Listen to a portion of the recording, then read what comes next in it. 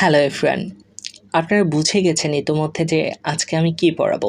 আজকে আমি আপনাদের পড়াবো বা শেখাবো সাবজেক্ট কিভাবে চিনতে হয়, সাবজেক্ট কিভাবে বের করবেন। তো এর জন্য আমাদের প্রথমে যেটা জানতে হবে সেটা হচ্ছে সাবজেক্টের সংজ্ঞাটা জানতে হবে। সাবজেক্টের সংজ্ঞা হচ্ছে ভার্বকে যদি কে বা হু দ্বারা প্রশ্ন করা হয় তাহলে যে উত্তর পাওয়া যায় তাই সাবজেক্ট।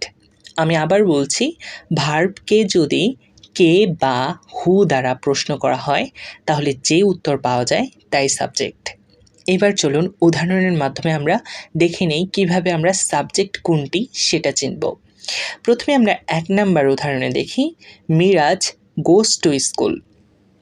এইখানে আমরা যদি প্রশ্ন করি যে এখানে আমরা সাবজেক্ট চিনব কিভাবে, আমাদের চিনব কিভাবে যে প্রশ্ন করতে হবে। আমরা উপরে দেখলাম যে কে বা হু দ্বারা আমাদের প্রশ্ন করতে হবে। তো এবার প্রশ্ন করুন আপনি যে কে স্কুলে যায়, কে স্কুলে যায়, উত্তর কি আসছে? মিরাজ স্কুলে যায়।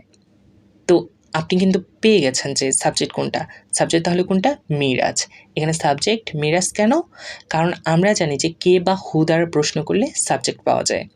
এবার চলেন আরেকটা উদাহরণ দেখি, হি ইটস রাইস। তো এবার দেখুন যে কে ভাত খায়? সে খায়। সে খায়, কে ভাত খায়? সে খায়। সেটা তাহলে এখানে কি? হি। তাহলে আমাদের সাবজেক্ট কি পেয়ে গেলাম? হি পেয়ে গেলাম। তো আমরা যেটা জানি যে প্রায় অধিকাংশ সময় কিন্তু সাবজেক্ট ভার্বের পূর্বে থাকে, কিন্তু সব সময় যে ভার্বের পূর্বে থাকবে তেমনটা কোনো কথা নেই। মাঝে মাঝে কিন্তু ভার্বের পরেও থাকে। এবার ভার্বের পরে কখন থাকে সেটাই একটু জেনে নেওয়া যাক। আমরা একটা উদাহরণ দেখি যে there is a book on the table. আরেকটা উদাহরণ, there are many books on the table. এখানে আপনার কি মনে হচ্ছে সাবজেক্ট কোনটা? দেয়ার।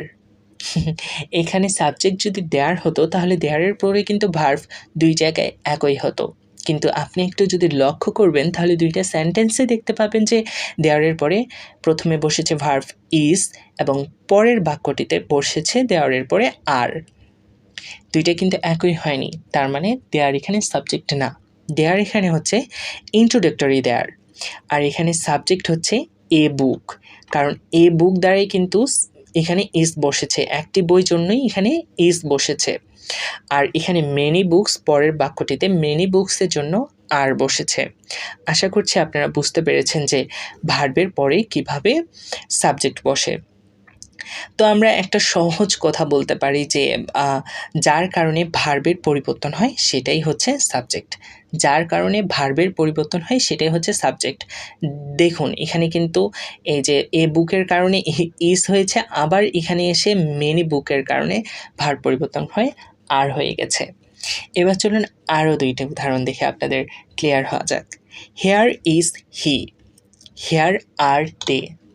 এখানে কিন্তু সাধারণভাবে আমাদের যখন কেউ বলতো যে এখানে সাবজেক্ট কোনটি, আমরা তখন কিন্তু বলে দিতাম যে এখানে হেয়ার সাবজেক্ট, কিন্তু আসলে এখানে হেয়ার সাবজেক্ট না। যদি এখানে হেয়ার সাবজেক্ট হতো তাহলে দুই জায়গায় কিন্তু সেম ভার্ব হতো, কিন্তু আমরা দেখতে পাচ্ছি যে হেয়ারের পরে এক জায়গায় হয়েছে ইজ, কারণ এখানে সাবজেক্ট হি। হেয়ার জন্য এখানে ইজ হয়েছে, আর তারপরে দে এর জন্য আর হয়েছে, আর হেয়ারটা এখানে ইন্ট্রোডাক্টরি হেয়ার। তো আশা করছি আজকের এই ছোট্ট ক্লাসটির মাধ্যমে আপনারা সাবজেক্ট চিনতে পারছেন অথবা পারবেন ভবিষ্যতে। তো আমার এই ছোট্ট ক্লাসটি যদি ভালো লেগে থাকে তাহলে সবার সাথে শেয়ার করতে ভুলবেন না, আর আপনার মন্তব্যটি কিন্তু অবশ্যই জানিয়ে যাবেন কমেন্ট করার মাধ্যমে। আমার চ্যানেলটিতে প্রথম এসে থাকলে অবশ্যই সাবস্ক্রাইব করবেন। দেখা হচ্ছে পরবর্তী ক্লাসে, ততক্ষণ পর্যন্ত সবাই ভালো থাকুন, সুস্থ থাকুন। আল্লাহ হাফেজ।